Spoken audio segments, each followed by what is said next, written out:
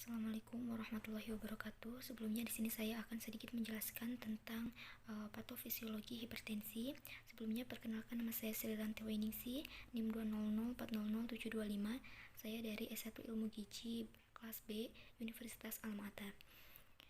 Hipertensi itu apa sih? Hipertensi merupakan suatu gangguan kelainan pada jantung dengan adanya peningkatan tekanan darah pada pembuluh darah. Kemudian ada dua jenis hipertensi. Yang pertama hipertensi primer, yaitu terjadi tanpa ada sebab yang pasti, disebabkan oleh adanya genetik, obesitas, stres, dan konsumsi garam yang berlebihan. Kemudian untuk tindakannya itu lebih ke menjauhi pemicunya. Untuk yang kedua ada hipertensi sekunder. Hipertensi sekunder ini penyebabnya lebih jelas dari hipertensi primer, karena hipertensi sekunder ini adanya penyakit yang lain. Juga disebabkan karena adanya penyakit tertentu, yaitu ginjal, penyakit jantung, dan juga pembuluh darah. Untuk tindakannya sendiri itu dengan pengobatan atau intervensi medis lainnya. Kemudian penyebab hipertensi yang paling umum itu adanya ketidaknormalan sistem neurohumoral yang melibatkan, yang pertama ada sistem renin-angiotensin yaitu RAS, dan renin-angiotensin aldosteron atau RAS. Kemudian adanya ketidaknormalan sistem saraf simpatetiknya. Kemudian neurohumoral regulation of hypertension, yaitu adanya ketidaknormalan fungsi dari renin-angiotensin aldosteron dan juga renin-angiotensinnya, maka akan mengakibatkan ketidaknormalan fungsi angiotensin 2-nya yang akan menyebabkan vasokonstriksi pada pembuluh darah periferal. Ketika angiotensin 2 ini berikatan dengan angiotensin 1, maka akan terjadi peningkatan vasokonstriksi pembuluh darah sehingga dapat mengakibatkan tekanan darah. Selain humoral RAS ini, ada peningkatan tekanan darah juga disebabkan oleh ketidaknormalan dari sistem saraf simpatetiknya, yang dimana akan terjadi peningkatan pada norepinefrin, dan pada peningkatan kadar norepinefrin ini akan jika berikatan dengan reseptor beta 1, maka akan mengakibatkan peningkatan pada detak jantung dan juga volume yang ada pada pembuluh darahnya, sehingga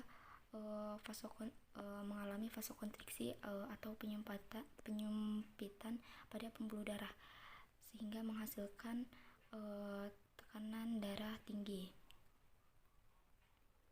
Kemudian untuk lebih jelasnya, darah itu mengandung angiotensinogen yang diproduksi di dalam hati.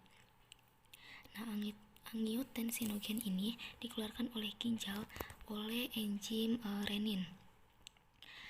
Angiotensinogen ini diubah oleh enzim renin menjadi bentuk angiotensin 1. Kemudian angiotensin 1 ini diubah oleh ACE atau angiotensin converting enzyme. ACE ini memegang peran sangat penting untuk mengatur tekanan darah. Angiotensin 1 ini diubah oleh ACE menjadi angiotensin 2, di mana pada tekanan darah normal atau vasodilatasi itu seharusnya angiotensin 2 ini lebih banyak berikatan dengan reseptor angiotensin 2. Akan tetapi pada hipertensi, angiotensin 2 ini lebih banyak berikatan dengan reseptor angiotensin 1, sehingga antara reseptor angiotensin 1 dan angiotensin 2 saling berkompetisi untuk berikatan dengan angiotensin 2. Namun pada hipertensi regulasinya gagal, yang seharusnya berikatan dengan reseptor angiotensin 2 ini malah lebih banyak berikatan dengan angiotensin 1, sehingga ada kegagalan pada pengaturan tekanan darah di dalam tubuh. Kemudian pada ini yang seharusnya mengalami vasodilatasi ini malah sebaliknya, yaitu vasokonstriksi, di mana adanya penyempitan pada pembuluh darah yang menghasilkan terjadinya peningkatan pada tekanan darah. Untuk efek dari angiotensin 2 yang berikatan dengan reseptor angiotensin 1, itu yang pertama pada pembuluh darah, kemudian pada otak, hati, dan juga uterus.